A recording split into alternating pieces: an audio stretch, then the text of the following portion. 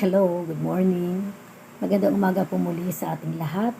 Ito po muli ang inyong kaibigan, ang inyong kasama, ang inyong kakwentuhan, ang inyong ka-fellowship, Sister Luz po. Magandang umaga po sa ating lahat. Bago po tayo magsimula, ibig ko po magpasalamat muna sa lahat po ng mga sumusuporta po at sa mga friends po, sa mga kakilala at maging sa hindi ko mga kakilala na sila po ay binuview po nila ang bawat video messages of encouragement na ginagawa po natin. Una po, nagpapasalamat po ako dahil isa lamang naman po talaga ang goal ko, ang marami pong makapanood at makakinig at makaunawa. Dahil ito po ay sadyang ginagawa po as a ministry po. At ang goal ko po talaga ay for the glory of God. At gusto ko rin po na marami pong makapanood upang ma-encourage po, lalo na po sa panahon ngayon na puro discouragement na po ang ating nakukuha sa mga balita. Alam ko po na marami nagpipray, marami pong nananalangin, at marami po talaga ang naghahangad na matapos na po ang pandemic na ito. Alam po natin that God is in control, in full, total control. Kaya tama po yung ginagawa natin na tayo ay nagpapatuloy sa panalangin and while waiting po patiently for the Lord na ito nga po ay talagang patigilin na niya, po ay ito po yung ginagawa natin. We spend our time listening to God's words upang makapagbigay po sa atin ng kalakasan at bawat araw po na lumilipas ay pagpapala po ito sa atin. Bagamat ganito pong sitwasyon natin na wala pa po tayong maapuhap na positive na feedback o balita o pag-asa, alisin po natin ang isipan natin doon at tayo pa ay mag-focus sa pagpasalamat sa ating Panginoon. The more we thank the Lord, the more we will receive comfort from our God. Amen po. At bago po tayo tuloy magsimula ng ating usapan po sa mensahe, manalangin po muna tayo. Aming Ama sa langit, marami pong salamat sa umaga nito. Salamat Panginoon sa panibagong umaga na pinagkaloob mo sa amin. Salamat Panginoon na binigyan mo kami muli ng panibagong pagkakataon upang kami po ay magkaroon po ng ganitong pakikinig ng isang pribilehiyo po para sa amin. Kami po ay nagising ngayong umaga na may kasiglahan at kapili na aming mga pamilya. Panginoon, dalangin ko po na ang bawat nakikinig ay buksan mo po ang kaisipan at ang puso upang maunawaan po at manguya at ma-absorb po ang mga nilalaman po ng mensahe ng umaga.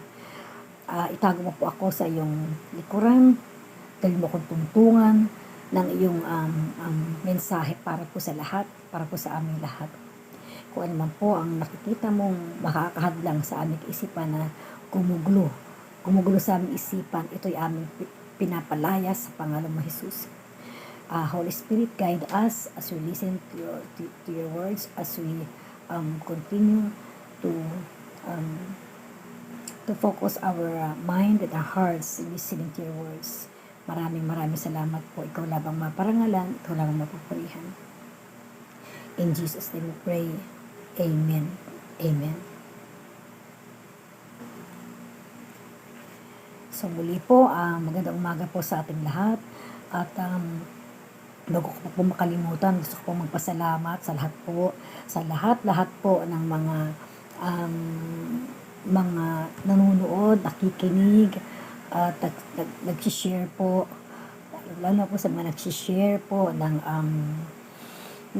ito pong video na ito. At ganun po, syempre po sa lahat po ng nagko-comments, ng magagandang comments po, at nagsasubscribe. So maraming salamat po sa lahat at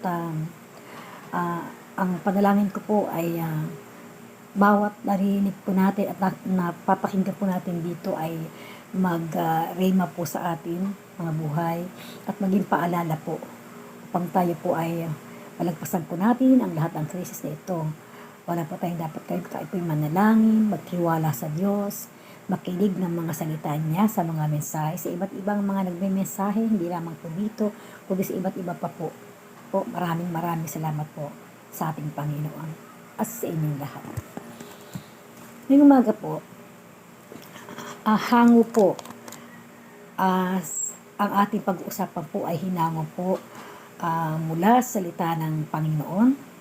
Patatagpuan po natin sa Bible, sa John 6:66, I'm sorry po, mali po.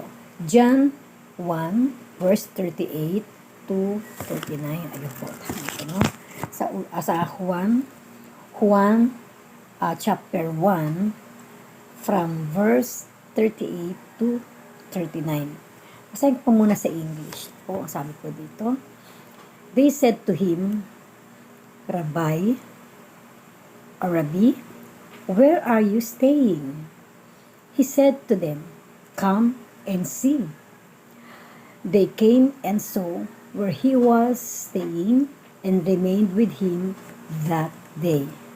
John 1:38 to 39. Sa Tagalog po, Tagalog version po ang aking babasahin. Mula sa Juan chapter 1, 38 to 39. Sabi po dito, Rabbi, ang ibig sabihin ay guro. Saan kayo nakatira? Sumagot siya, halika ng inyong makita. Pumaroon sila at nakita kung saan siya nakatira. At sila'y nakituloy roon ng araw na yaon. Nawa ang Panginoon magbigay pagpapala at pangunawa sa atin sa kanyang mga salita. Amen.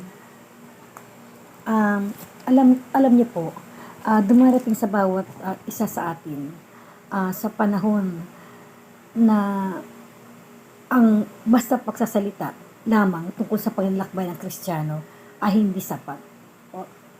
Yung po pag kumisan po ang mga Kristiyano po, or kadalasan po ang mga Kristiyano po talaga na ang kanilang ministry ay yung humayo. Alam niyo po yung paghayo. Yung po humahayo sila, nagbimisyon upang magpahayag ng mga salita ng Panginoon tulad po ng ginagawa ko ngayon. Pero ako po nandito po ako sa YouTube.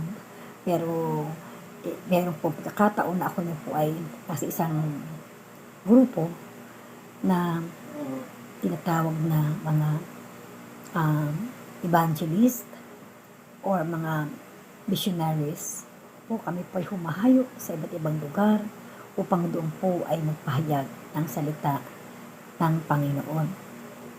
Ano po? So, may mga pagkakataon po na bawat isa sa amin ay isa lamang po ang aming ipinapahayag po. Kung tawagin nga po ito ay misyon o paghayo. Pero kung minsan po, alam niyo po, parang hindi pa rin po sapat ito. Parang hindi na po ito sufficient na po, kahit na po talagang maglakbay ang mga Kristiyano. We spend many hours, no, in our journey, no. Pero ang nangyayari po, minsan dinadatnan po namin yung mga tao na aming nakakausap, na iba-iba po kasi yung response nila. Kung minsan po, meron po nakikinig, at talagang sabit makapakinig. Pero kung minsan po, hindi po may iwasan yung nakikipag-debate, nakikipagtalo po and we respect their point of views. But syempre po, alam naman po natin kung ano yung katotohanan, kasi po ang mga sinasabi po natin ay galing po mismo sa salita ng Diyos sa Biblia, at nakikita at nababasa po natin ito. Unlike po kung tayo lang po ay makikipagtalo, na katuwiran lamang natin o ayon sa ating mga ninuno o ayon sa ating opinion, o wala po itong matibay na basihan, ito po ay katotohanan. But as I've said, we respect. Yun po. Ang sabi po ay we spend many hours debating and discussing issues related to Christian life. May mga tao talaga po na Gustong gusto talaga nila nakikipagdebate o nakikipagtalo. Iba nga po, nakikita pa sa plaza, nakikita pa sa kung saan. Tapos ayun po, may mga kanya-kanya silang kampo po na talagang sila po ay naglalaban-laban sa pananalita. Matira ang matibay po ang hindi nila nalalaman, hindi po nagagalak ang Panginoon sa ganito. Dahil sinasabi nga po sa ating salita ng Panginoon sa Biblia na iwasan natin ang mga pagtatalo at mga usapang walang kabuluhan. Ang walang kabuluhan po yung pinagtatalunan po. O, pinagtatalunan po iba't ibang mga papaniniwala na po. Pero ganun pa man po, kahit po may mga ganyan tayong alam o karanasan, we never stop. No, we never stop our mission. Tuloy-tuloy pa rin po ito dahil ito po yung inuusap Panginoon na tayo ay humayo at ipahayag ang kanyang salita sa buong sulok ng mundo. So, for generations, no, the coming of the Messiah, kilala po natin, ang Messiah o ang Mesias ay si Kristo na po. For generations, the coming of the Messiah had been pondered and predicted by the nation of Israel. So maraming mga henerasyon po ang lumipas mula po nung unang panahon po, no. Marami na po henerasyon ang nagdaan at lumipas, no. Ang pagdating ng Mesiyas ay pinag-isipan at hinulaan na sa pamamagitan po ng bansang Israel. Diba? Kaya pa rin mababasa niya sa Biblia na lalo na pa sa Old Testament, doon po ay wala pa po si Jesus. Pero naroon po almost yung mga propeta na nakapanghula o nakapagpropesay sila na darating at tagapagligtas. Ito nga po ay si Jesus. Po. Katulad po na nakinig po si isang halimbawa po na po, sa Biblia po ito na nakinig daw po si Andres kay Juan Bautista at narinig niya ang tukol sa pagdating ng Mesiyas na po. Ito po sinasabi ko na ito ay New Testament na po ito. Sabi po dito, si Andrew o si Andres had listened to John the Baptist and had heard of the coming of the Messiah. Now, suddenly, he was face to face with the one he had heard to see. No, tignan po ninyo ha. Si Andres daw po ay nakikinig kay Juan Bautista at narinig niya ang tungkol sa pagdating ng Mesiyas na si Jesus Christ. Na po. Ngayon, bigla na lang niyang nakakaharap, no? Nakakaharap niya ang matagalan niyang ninanais na makita. Sino ba yung matagal niyang ninanais na makita? Gusto niya makita at makaharap ang Mesiyas. Ito po ay si Kristo. Si Jesus Christ po ito. No po? Puno ang isip ni Andres ng mga tanong. Marami siyang tanong, no? Puno ang isip ni Andres ng mga tanong na nais niyang itanong. Ganun po tayo eh. Ang dami pa natin gusto itanong, di ba? Out of curiosity or nakadepende ito sa ating panampalataya. Maniniwala ba tayo? Hindi. Hanggang di ko nakikita, hanggang di ko nakakausap. So, halo-halo po ang nasa isipan ni Andrew o ni Andres, no? Andrew's mind was filled with many questions, no? He really longed to ask. But however, Jesus turned and began to walk. Kaya, ito na po, dumarating na po si Jesus, papalapit po. Andrew's questions would not be answered by discussion alone, but by walking with Him. Alam niyo po, ang ibig po sabihin nito, marami daw pong tanong si Andres sa kanyang kaisipan. Marami siya gustong malaman about kay Jesus, no? Na hindi daw po ito masasagot sa pamamagitan lamang ng mga diskusyon, pagtalakay, lalo na kung pag-debate. Kasi pwede nakikipag-debate kayo. Wala na talaga doon sa tuloy na kahulugan ang sinasabi mo. Hindi na galing sa puso, galing sa emosyon. Kaya iba nagkakainitan. Walang gusto magpatalo, walang gustong manahimik. Kaya dito nagsisimula talaga yung away, gulo, na hindi dapat.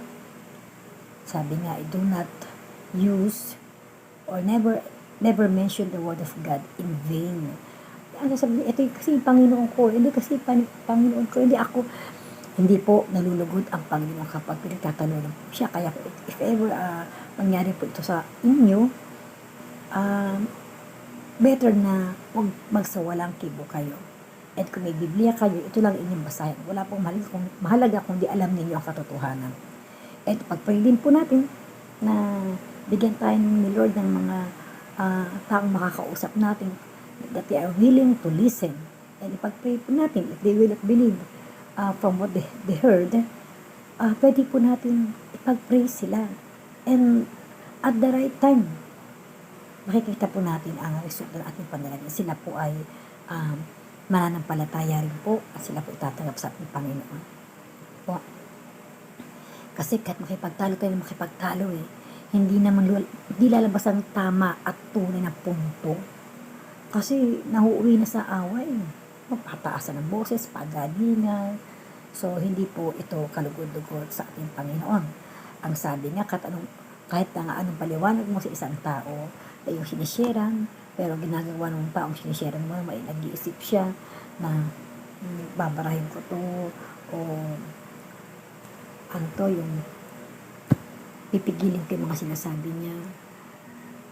Tatanungin ko siya ng mga tanong na mahihirap, pamblap po ang tawag yata doon po. So, hindi raw po kayang sagutin.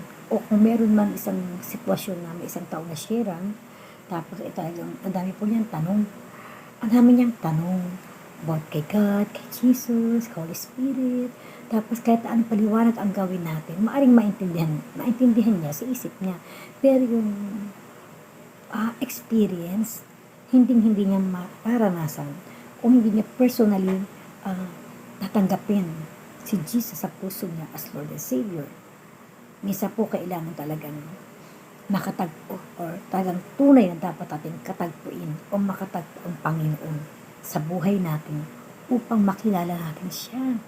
At upang kung meron man tayong mga katanungan, talagang si Lord mismo ang sasagot nito. Po. Kasi minsan kahit may nagtuturo, nakikinig lang tayo, pero actually pagkatapos natin makinig, mapasok dito lumalabas sa kabila. Kaya ang mga tagapagturo ay nanalangin sa bawat congregation na kanilang pinangungunahan o sa bawat Bible study, na grupo na kanilang pinangungunahan, that these people who listened to the message will one day understand the meaning of the message and magamit nila ito, may apply nila ito sa kanilang mga personal na buhay. O sabi pa dito, Jesus turned and began to walk.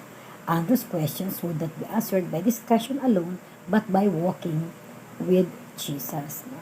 Alam po ninyo ang pagiging Kristiyano, ang Kristyanismo ay hindi mga katuruan na uunawain. Hindi ito basta-basta teachings lang na iintipag sa school. May lecture, makikinig tayo, tapos na alam na natin. So, sa intellectual lang yun, or parang academic lang po ang dating po. Ang pagiging ang Christianity raw ay hindi po ganun. Hindi po ganun, no? Christianity is not a set of teachings to understand, but it is a person to follow. Meron tayong sinusundan, meron tayong sinafollow, no? As he walked with Jesus, Andrew watched Jesus heal the sick, teach God's wisdom, and demonstrate God's power. Andrew not only learned about God, he actually experienced Him. Hindi po ba? Ibig sabihin, hindi lang sapat ang nakarinig tayo o natuto tayo ng teachings about Jesus. Kung hindi, ang susi po nito is yung maranasan natin siya personal. Ito po si Andrew, ang dami po niyang tanong about Jesus. Pero makatagpo po si Jesus at nakilala niya, sumama na siya. Personal siyang sumama. Nagkaroon po siya ng relationship kay Jesus. Lord and Savior, at nasaksihan niya Na-experience niya na si Jesus ay nagpapagaling ng may sakit, gumagawa ng mga himala, nagtuturo ng mga wisdom, at dinedemonstrate ng Panginoon sa harapan niya. Sa harapan niya mismo, ang kapangyarihan na nadinig niya na teachings ay nararanasan ni Andrew sa kanyang pakikisama kay Jesus. Personal. Nakuha po natin yun. Napakahalaga po na tanggapin natin si Jesus. Not as history, not as just teachings. Apo, bisa attend tayo ng Bible study, nakikinig tayo. Okay, alam na po natin, nasa isip na natin, patanda natin tinuro. Pero kapag hindi natin naranasan yung salita na nadinig natin sa buhay natin, madali pa natin makakalimutan kung ano yung ating napag-aralan. Hindi po yung titimo sa puso natin. Po, kaya nga po napakahalaga na we should accept Jesus Christ as our Lord and personal Savior. Again, our Lord, Panginoon natin, kasi natin Panginoon, ang ating Panginoon, nagmamahal sa atin. Siya yung nangangalaga sa atin. Siya yung ating tagapagligtas. Amen po. At meron tayong personal na relationship sa Kanya as our Father. At sabi nga po sa 1 John 1:12, if I'm not mistaken, sabi po doon, ang sinumang tumanggap kay Jesus as Lord and Savior, ay doon pa lamang siya nagkakaroon ng authority o karapatang tumawag ng Ama, Ama, Aba, Aba.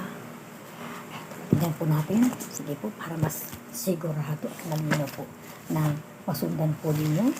Ang sabi po dito, sa unang Juan, meron po kasing John at meron ding 1 John, no? Sabi po sa unang 1:12. Babasahin po natin po. Ayan. Tama po. Sa John 1:12 po yun. Sabi po dito, sa John 1:12. Kasi po namamalat po ako. Kaya po medyo mahina yung boses ko. Kaya may natutulog pa po. So, sorry po talaga. Binubulong ko lang po. Pero, I hope na inyo narinig. Buksan po natin ang Biblia sa New Testament po. Para po sa mga baguhan. Pinafocus ko po kayo. Para po mas inyong mas madali po natin masundan. Ang sabi po dito sa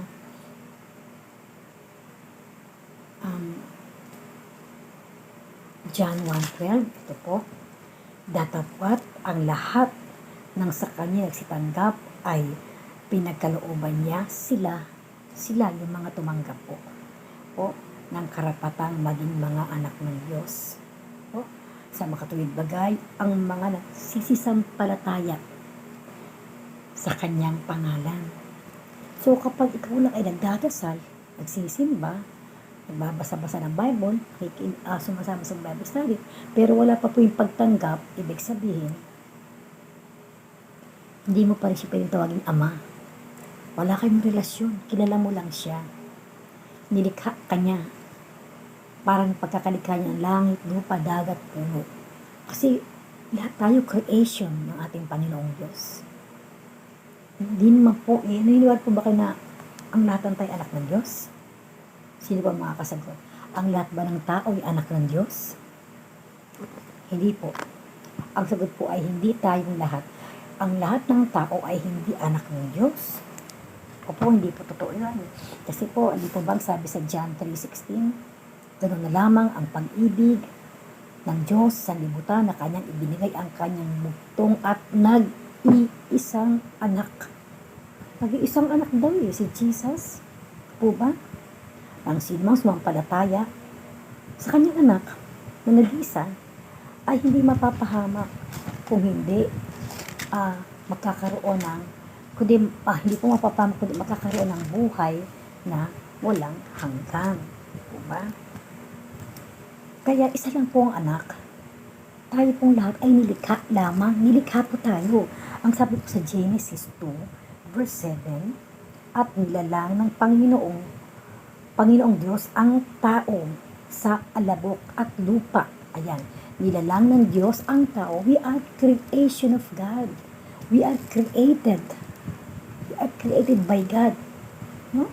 Mula tayo sa alabok ng lupa. Tapos, hiningahan ang ating mga butas ng ilong ng hininga ng buhay. At ang tao ay naging kaluluwang may buhay. Kaya po tayo ay naging buhay. Yan po ay sa Genesis 2, verse 7. Tandaan po natin yan. Na hindi po lahat ng tao ay anak ng Diyos. Kailan tayo nagiging anak ng Diyos? Yan po, punta po tayo sa John 1:12. Ang sabi po dito, ang lahat ng sa kanya'y nagsitanggap lamang ay pinakalooban niya sila ng karapatan na maging anak ng Diyos. Sa makatuwid baga ay ang mga nagsisisampalataya sa Kanya. O yun. Kaya nga po, pag tayo tumagal sa Panginoon, doon pa lamang tayo magiging anak niya at doon pa lang po magsisimula ang relasyon bilang ama, bilang anak tayo. Ito po yung sinasabi dito na hindi natin makikilala ang Panginoong Diyos kung hindi po tayo pagkakaroon ng relasyon sa Kanya. Hindi sapat na alam lang natin ang istorya. Hindi po sapat yung kilala natin siya kasi itinuro. May teachings, no? Christian teachings, no? About God, about Jesus. Marami pong ganun. Minsan po, iba po nag-aaral po ng sa Bible na po. Pero, hindi po nila masyadong talagang maunawaan po kasi wala po doon yung guidance ng Holy Spirit. Dapat po talaga una sa lahat, siguraduhin po natin, in-accept po natin siya as our Lord and Savior. Yun po yung una talaga. Then, pag tinanggap na natin siya, hindi naman nagtatapos yun doon. Okay na, save na ako, ligtas na ako, punta na ako ng langit. Hindi pa po. Dapat nagtatapos doon. Tama po yung tinanggap natin siya, si Jesus as our Lord and Savior, pero pag tinanggap natin siya, ang tawag po doon, tayo po pinanganak na muli. Born again na tayo. Meron na tayong relationship sa ating Panginoon. Po. At sinabing born again, pinanganak na muli sa Espiritu. Hindi naman tayo ipanganak na muli, tayo liliit ulit, magiging fetus tayo, pasok tayo sa tiyan ng nanay natin. Po, hindi po ba? Alam naman po natin, imposible mangyari yun. So, spiritual po yung pinag-uusapan natin na tayo ay pinanganak na muli sa Espiritu at katotohanan. Katotohanan dahil alam na po natin ang totoo. Magkisimulan natin malaman ang katotohanan about kay Jesus kapag siya ating tinanggap. Ang may mga relasyon lamang po na Lord and Savior kay Jesus ang mas makakaunawa po. Hindi naman po mahirap gawin ang tanggapin siya kung galing sa puso natin po. Kaya ito pong si Andres po, hindi siya nakontento na nakikinig lang siya ng tinuturo po. Iba ba tinuturo ni John the Baptist about kay Jesus, pero hindi siya nakontento. Kaya nung dumating si Jesus, agad niya itong hiyapitan at sumama-sama siya. At kanyang inangkin sa puso niya na ito yung kanyang Panginoon at tagapagligtas. At nasaksihan niya ang lahat ng ginagawa ni Jesus. Sabi po dito, Jesus healed the sick, teach God's wisdom, and demonstrate God's power. So, Andrew not only learned about God, but Andrew really experienced God personally in his life. Po, iba po kasi yung nalaman mo lang o natutunan mo lang. At iba po yung nalaman mo, tatupuhan mo, at naranasan mo. Ito po yung ating punto. Po, ang sabi po dito, hindi nga daw alam natuto si Andrew o si Andres ng tungkol sa Diyos, kundi naranasan niya ng personal ang Diyos sa buhay niya. Alam niyo po, darating ang panahon na o sandali na tatayo ka sa isang krus na daan kasama ng iyong Panginoon. Magkakaroon ka ng 100 katanungan para sa Kanya.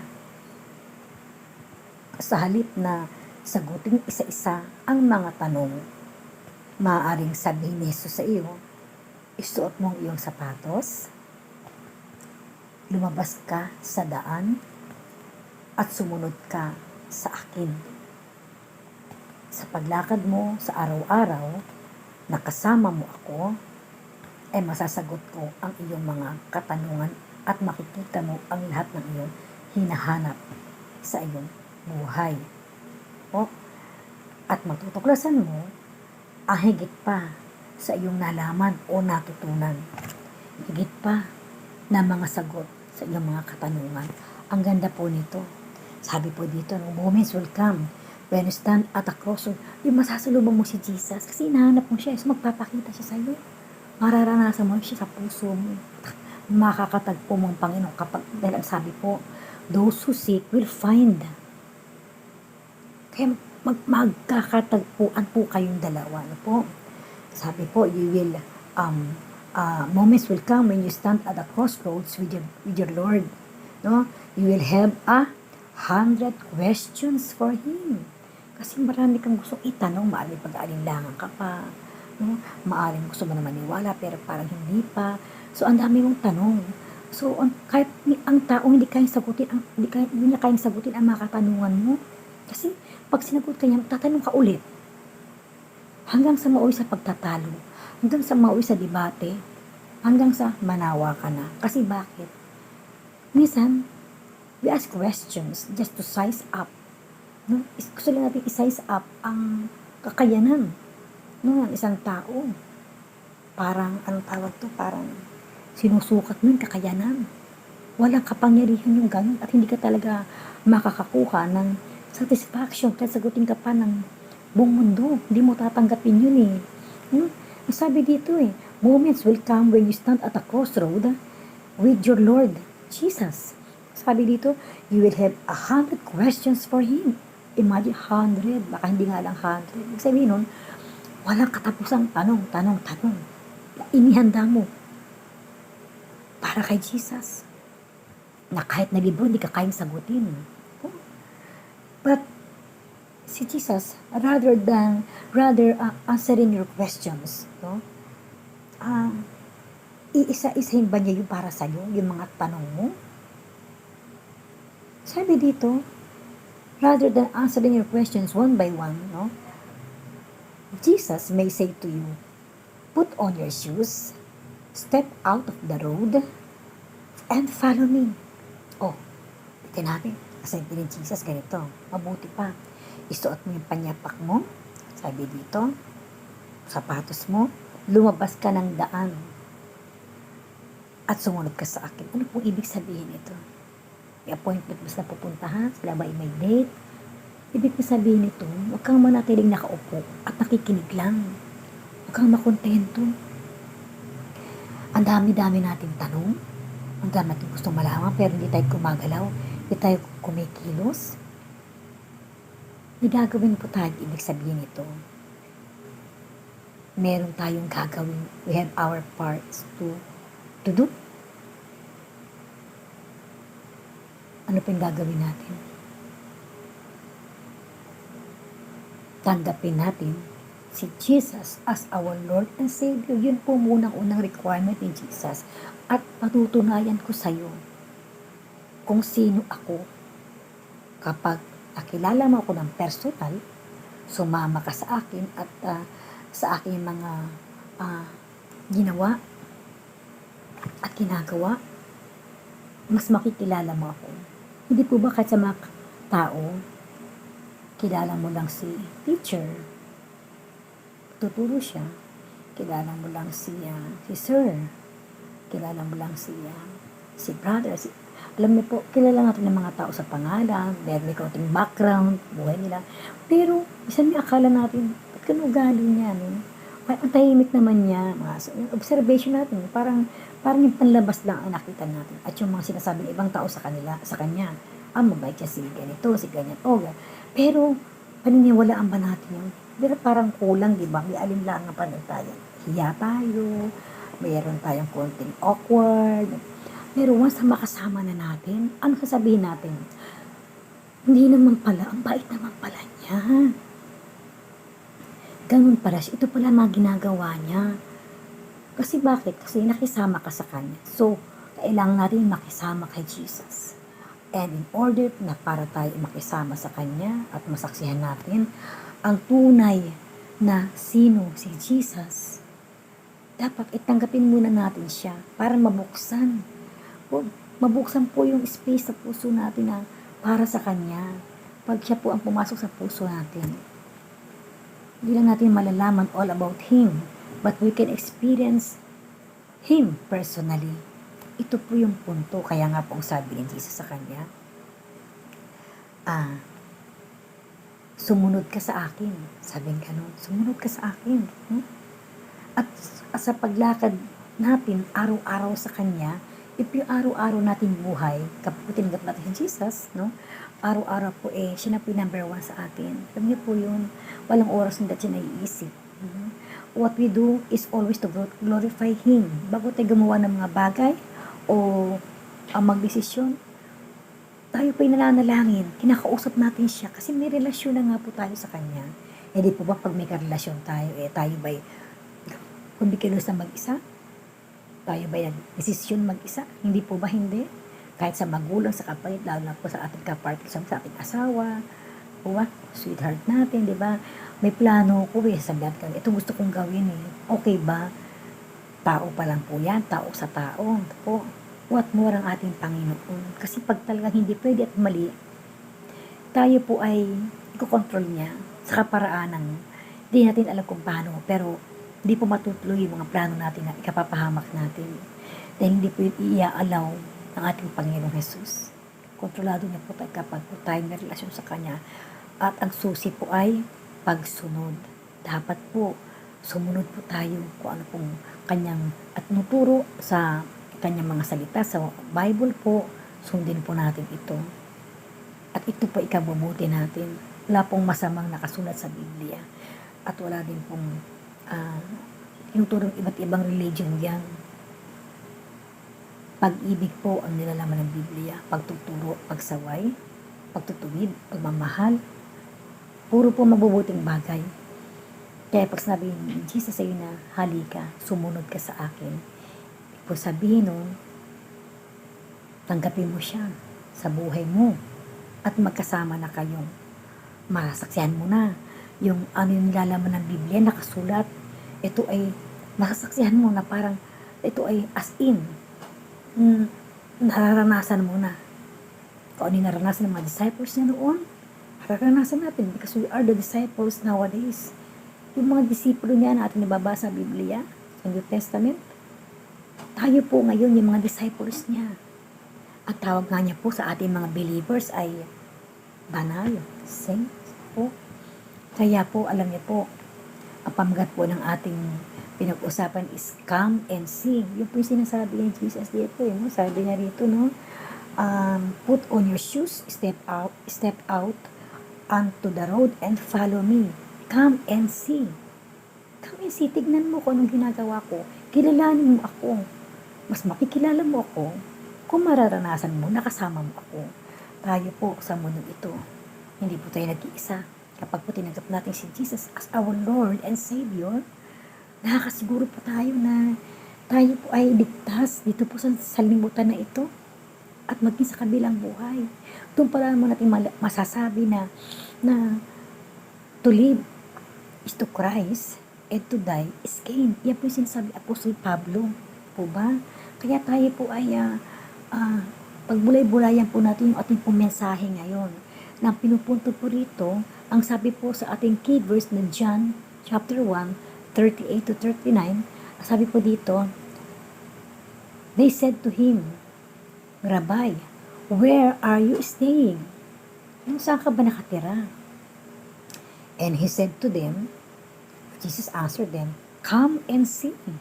Halika nang makita mo kung ano ako, saan ako, ano ako, paano ako. Lahat ng tanong mo sasagutin yan, hindi lang ng verbal, kundi ng karanasan. Po? Then they came and saw where he was staying and remain with him that day. Remain with him. Ibig po sabihin nun, pag tatanggapin natin si Jesus as our Lord and Savior sa buhay natin, itong araw na to, tayo ay makakasama natin siya. At tayo mananatili sa Kanya. We should remain with Him. So, ito po yung ating mensahe ngayong umaga, no po. Ang pamagat mo dito ay halik kayo at tignan ninyo. Patutunayan ko, Jesus is inviting us. Jesus is inviting you. Sino ka man, ano po, kahit saan ka man, naruroon. Wherever you are, whoever you are, God is waiting for you to accept Him as your Lord and personal Savior. Huwag po natin siyangin ng panahon. Katulad po ngayon, ako po ay nagtuturo. Maganda po at nakikinig tayong lahat sa salita ng Diyos. Pero meron pa po siyang ibang hinihintay na mas. Yung pong hinihintay niya na mas, iyon pong tanggapin natin siya. Tanggapin mo siya. Kaibigan sa iyong puso. Right now. Right now. Hindi po bukas, hindi mamaya. Because we can never tell our lives. Marami po dyan natulog, hindi na po nagising. Marami po dyan, masigla. Bukas makalawa, tinamaan na ng sakit. Huli na po ang lahat. Pero ngayon po, ito po opportunity. Ito po isang malaking pagkakataon. Wala namang po mawawala sa atin. Kundi mag-benefit na po tayo. Hindi po, benepisyo po na hindi pang daigdig lang. Ito po yung benepisyo na pang eternal. Secured na po ang ating future. Ang ating eternal life. Kaya po ito, sinishare ko po ito sa inyo.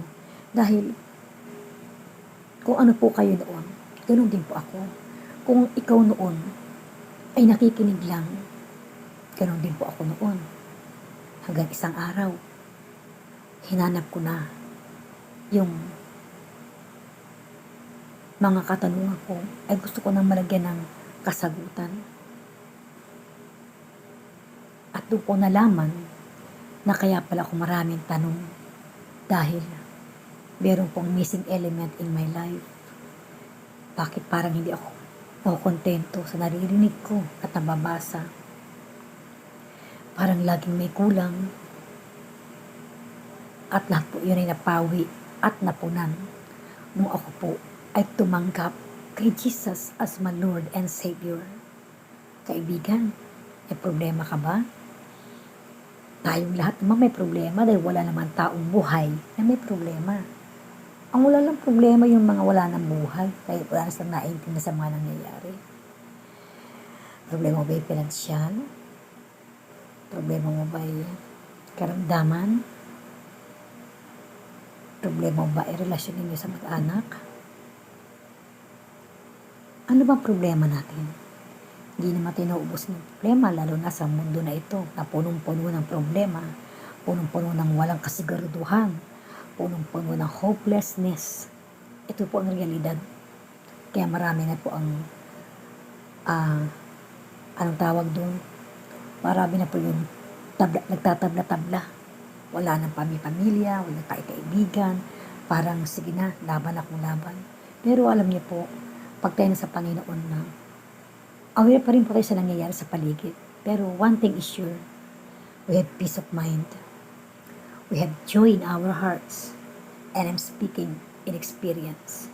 Dahil hindi lang po ako nakinig at nagbasa ng Word of God. Ang sabi po sa akin, Jesus, come and see. O sabi niya, halika, tignan mo.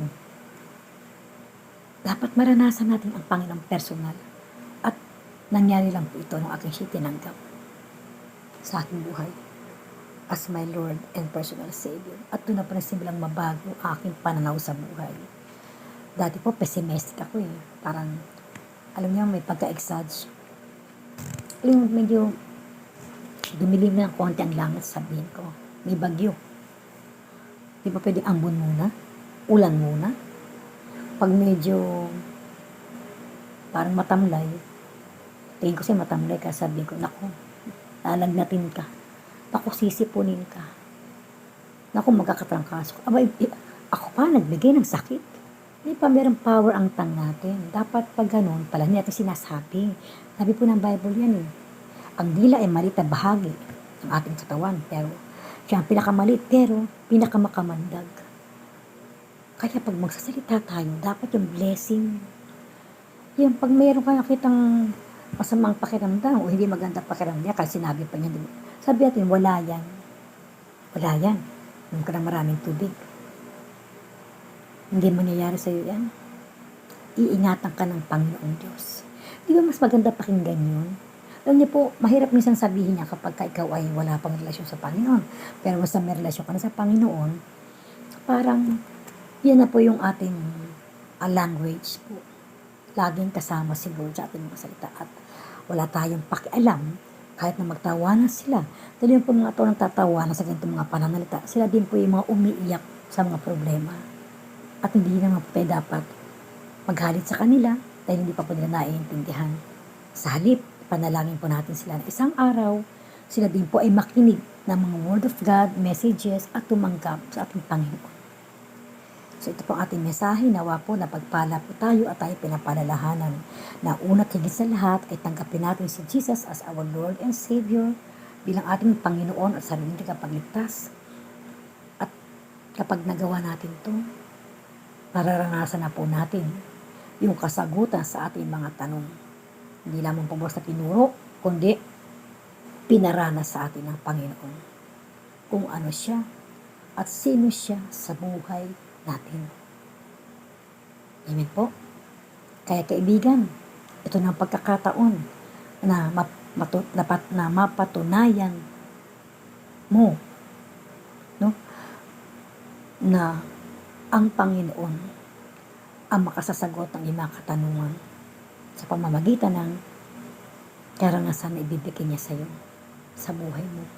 Tanggapin mo si Jesus as your Lord and Savior. And this is the right time. The Bible says, today is the day of salvation, for tomorrow may be late.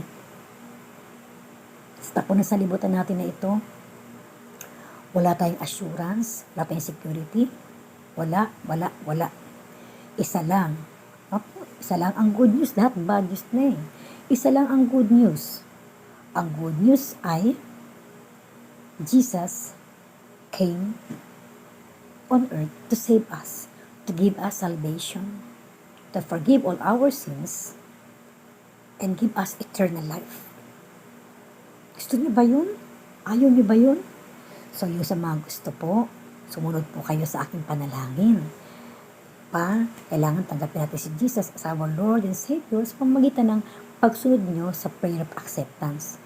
Ako po mananalangin. Ang bawat salita na sasambitin ko ay uulitin po ninyo.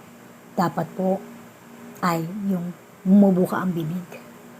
Po, dapat po ay tanggapin natin si Jesus. At hindi lang po bibig, kung hindi pati po sa puso natin dapat ito nanggagaling. Amen po. Tayo manalangin. Aming Panginoong Jesus, maraming salamat po sa umaga na ito. Salamat Panginoon sa binigay mong mensahe. Narinig ko po. Naintindihan ko po. Ngunit hindi ko po maranasan. Panginoong Jesus, inaamin ko po na ako'y makasalanan, na marami po akong nagawang kasalanan sa iyong harapan. Inamin ko po na ako'y naging marumi sa iyong harapan. Patawarin mo ako, Panginoon, sa mga kasalanang nagawa ko. Tinisin mo ako, hugasan mo ako ng iyong bandal na dugo. Narito po ako, ipapakumbaba sa iyong harapan. Binubuksan ko ang aking puso at pinapapasok kita sa aking buhay. Ikaw na ang manguna. Tinatanggap kita, Jesus, sa aking buhay bilang aking Panginoon at sariling tagapagligtas. Ikaw na po ang manguna sa aking buhay. Tulungan mo ako, turuan mo ako sa iyong daan. Salamat po sa kapatawaran sa aking mga kasalanan. Mula sa oras na ito, ikaw na po ang manguna. Salamat po. Sa pangalan mo, Jesus. Amen. Congratulations. Happy birthday spiritually. Salamat kapatid. Ikaw ngayon ay meron ng relasyon. Ang sabi po again ng John 1:12, yun lamang mga tumanggap kay Jesus ang nagkaroon ng authority ng magkaroon ng relasyon as Lord and Savior, as your Father. At may access ka na and secured life, secured eternal life in heaven. Ano man ang mangyari, ikaw ay ligtas na. All glory to God. I advise you to read your Bible every day, to attend Bible studies, at pag ng face-to-face sa church, pray for the church kung sa kanila dadalhin. Always pray, talk to the Lord. Seek ye the kingdom of God and His righteousness, and all these things shall be added unto you. Magpakahayag daw ang Panginoon sa buhay mo. Bago po tayo magtapos, manalangin po tayo. Bago po tayo maghiwa-hiwalay, magpasalamat po tayo sa ating Panginoon. Aming Ama sa langit, maraming pong salamat muli sa nakatapos namin gawain. Salamat, Panginoon. At binigyan mo po kami, Panginoon, ng mga salita mo, Panginoon, na nakapag-encourage po sa amin. Hindi lang po ito, Panginoon, kundi po itinulot mo, Panginoon, na ang ilan sa mga nakikinig nito ay tinanggap ka sa kanilang puso as their Lord and Savior. Panginoon, dalangin ko po, Panginoon, na magpakahayag ka sa buhay nila at sila po na naghahanap, Panginoon, ng katotohanan sa kanilang buhay ay matagpuan nila ang kasagutan sa kanilang mga katanungan, sa kanilang paglakad na kasama ka sa kanilang buhay. Maraming salamat po. Maraming salamat po. Purihin ka. Dalangin ko, Panginoon Lord, ang lahat po ng nakinig at patuloy na nakikinig, Panginoon, sa bawat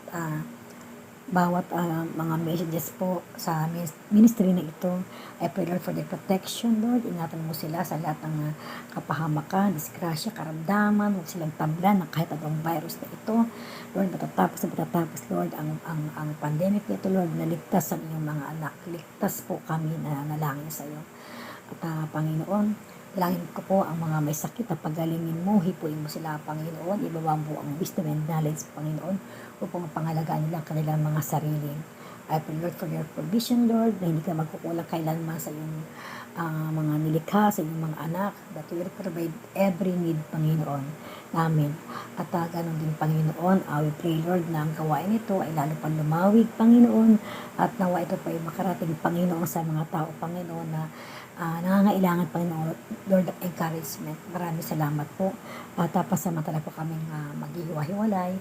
At muli, sa susunod, muli, Panginoon, ay maghahayag ka ng iyong salita. Maraming salamat, Ama, sa pangalan mo, Jesus. Amen. Mga kapatid, muli at muli ako nagpapasalamat sa inyo. Maraming salamat sa inyong pagsuporta sa gawain na ito. At kayo rin po ay kasama sa gawain na ito, at dalangin ko na patuloy tayo magtiwala sa Diyos at i-share po natin ito, i-forward po natin sa ating mga kakilala upang sila man po ay makatanggap ng pagpapala at magkaroon po ng kaligtasan sa buhay na walang hanggan. Lahat po ng ating pinag-uusapan dito ay hango po sa Biblia at wala po akong sariling salita. Ang lahat po ay galing sa Biblia at wala rin po tayong religion discrimination. Wala po tayong binanggit na relihiyon, wala po tayong inatake. Just simply encouragement po. Maraming salamat. Thank you for those who watch, nag-like, commented, at salamat din po sa mga nagsasubscribe. Maraming salamat po. This is a ministry Maraming salamat po. God bless you all and see you all next time. To God be the glory. Amen and amen.